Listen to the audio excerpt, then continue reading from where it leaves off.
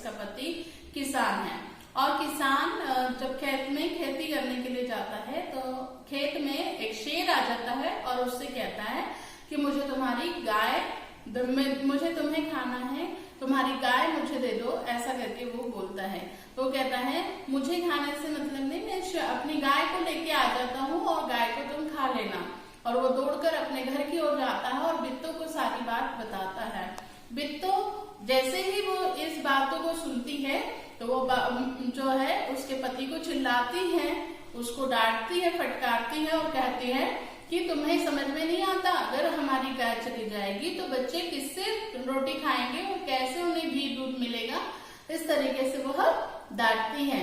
और फिर बिट्टो एक तरकीब लगाती है और जाकर बोलती है कि तुम जाओ, जाके शेर से बोलो कि मेरी बीबी तुम्हारे लिए आ रही है, ऐसा करके वो बोलने के लिए कहती है। और जैसे ही वो खेत की ओर जाता है आगे, शेर को वो बताता है मेरी बीबी तुम्हारे लिए गाय लेके आ रही है।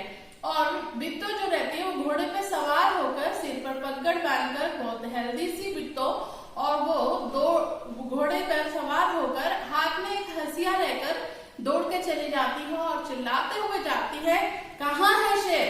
आज तो मुझे शेर को खाना है, आज मुझे एक ही शेर से कोई काम नहीं चलेगा, मुझे 4-4 शेरों को खाना पड़ेगा।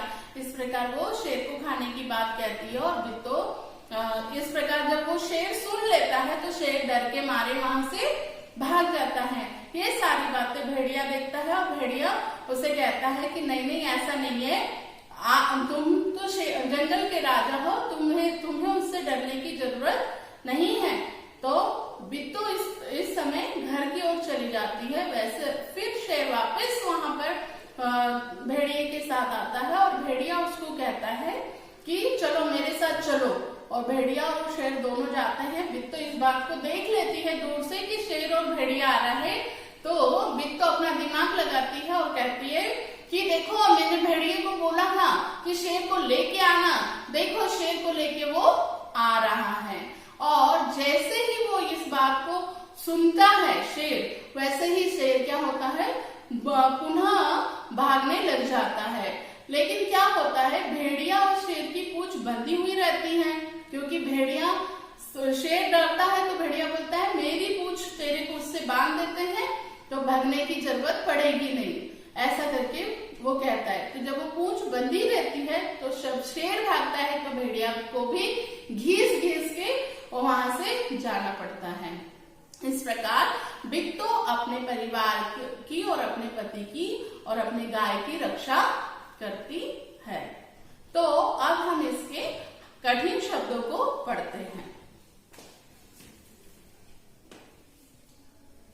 पाठ 5, बहादुर बिट्टो के कठिन शब्द। गुस्सा।